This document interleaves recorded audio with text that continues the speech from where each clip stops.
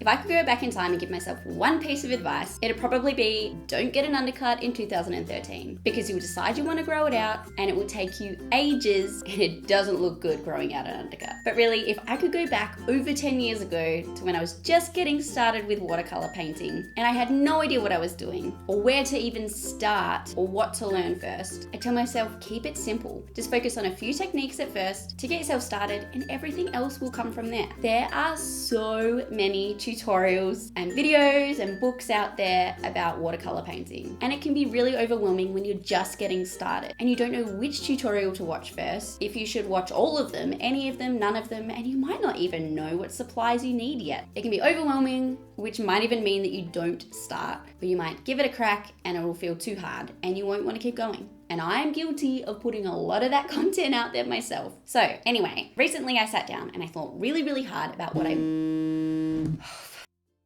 Okay, so my phone just rang partway through this video and now it started raining, possibly hailing. It never rains this loud. It's not even that heavy, it's just really loud raindrops. But I'm gonna continue. Sip my tea first. Good day for recording.